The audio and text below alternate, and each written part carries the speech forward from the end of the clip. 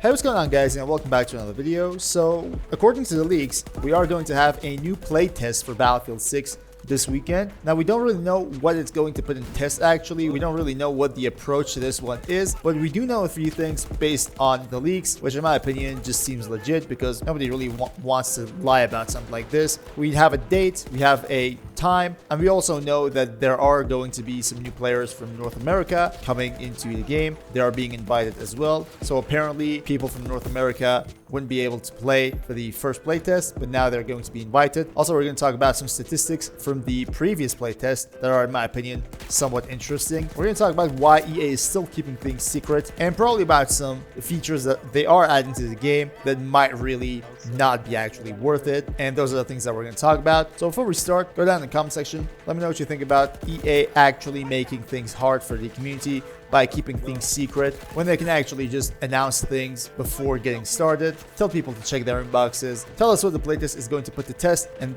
make things easier. Why do you think they're not doing that? So without further ado, guys, let's just get into the video and see what we've got here. So about the leak, guys, it's just about a picture that someone has posted on the Battlefield subreddit, and apparently it's originated from some Russian leaker's Telegram channel, but to be honest, I just got it on Reddit, and it's just a picture thanking some player who was apparently a part of the first playtest. This part is the interesting part that we are going to talk about today, and it goes like this. Additionally, we can confirm that our next play session will take place next Friday, the 21st of March, between 7 p.m. to 9 p.m. CET and 4 p.m. to 6 p.m. PST, and we'll also be including our North American friends for the first time. So based on this, for the first playtest, nobody was invited from North America, but this time around, things are going to change dramatically, and people from North America can also take part in the playtest. So based on this leak, you guys got to go ahead and check your inboxes. You might as well have received some sort of invitation, and that will be just some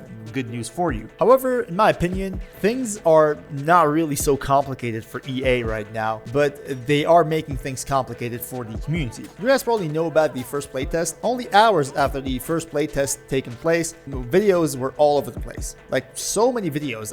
I believe there are more than 50, maybe more than 100 videos, like clips, 30-second clips, 2-minute videos, 10-minute videos, things like that, all over the internet. So a lot of people who wasn't even invited to the game actually know what's going on right now. And if that's the case, regardless of EA wanting these leaks to come out and not blocking them, not taking them down, or just leaving things be because they couldn't do anything about it, we know that the previous playtest, which was also the first one, was a mess when it comes to like stopping those leaks, right? So everybody knows everything. For a community like this, right now, keeping things secret, things that right now don't really need to be kept secret, is just not a good idea in my opinion. They can simply just post it on Twitter that, hey, we are going to have a playtest on, for example, March 21st. You guys better check your inboxes. It's going to be about like map design, for example, and they can enlighten the community about what they're doing. Instead, what they're doing is sending people who were a part of the first playtest and letting them know what's going on, while the rest of the community is still unaware. And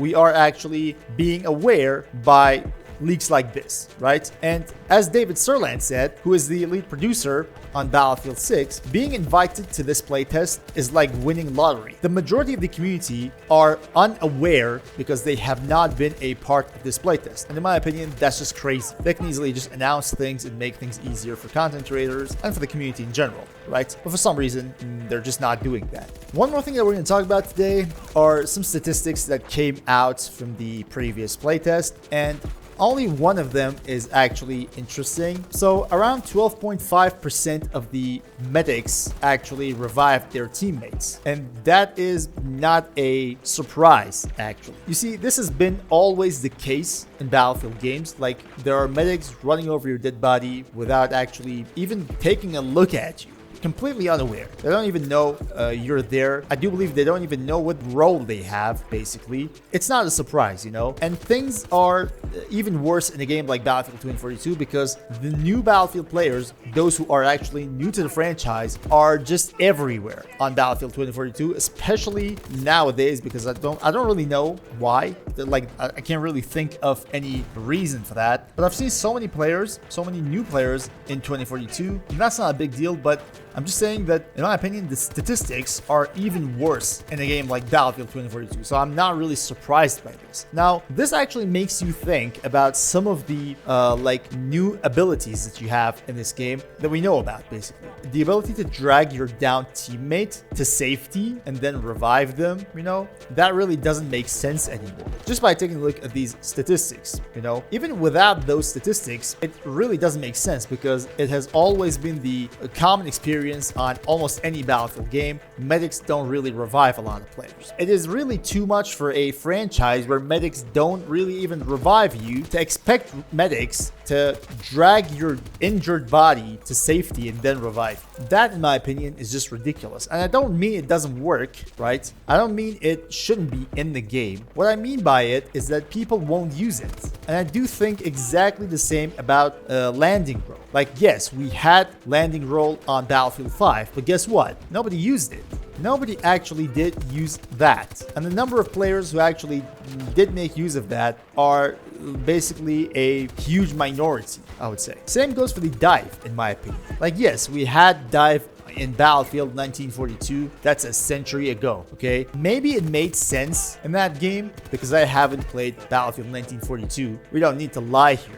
I haven't played that game, but maybe it worked there. In a Battlefield game, in a modern Battlefield game, let's say in Battlefield 3, in Battlefield 4, even if we had some kind of diving thing, like a combat dive, it wouldn't have made sense. Just think about it. What do you want to do with it? Like trying to evade a tank by diving? That tank can just shoot you behind the wall, behind the car, behind whatever cover you think you are going behind, like diving behind. It doesn't really make sense. So imagine having dive in Battlefield 4. Imagine having the ability to dive in a game like Battlefield 2042. It's not going to save you from a tank. It's not going to save you from some sort of a vehicle coming at you. It's not going to save you from a ram, right? What's it going to save you from, in my opinion, is literally nothing. In a modern Battlefield game, it's not going to save you from anything. But still, I don't really need to lie to you. I haven't played the game. Like, honestly, I haven't been able to play Battlefield 6 playtest yet, so I don't really know if diving in that game makes sense. So maybe it does make sense, but based on my knowledge about Battlefield games, being able to dive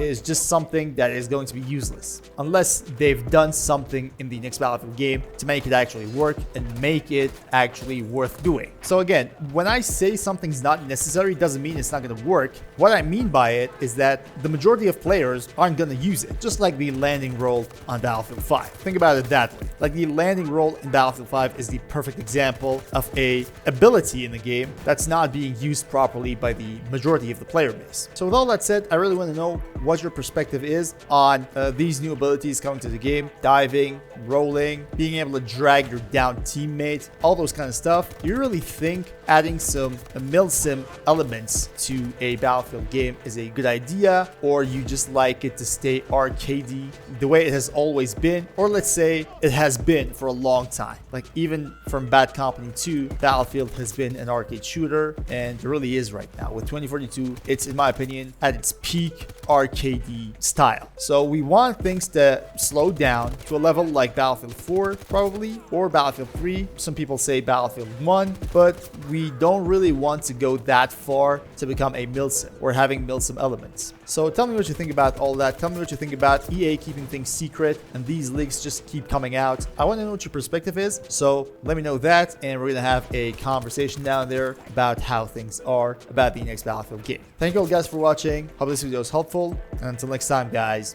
stay cool.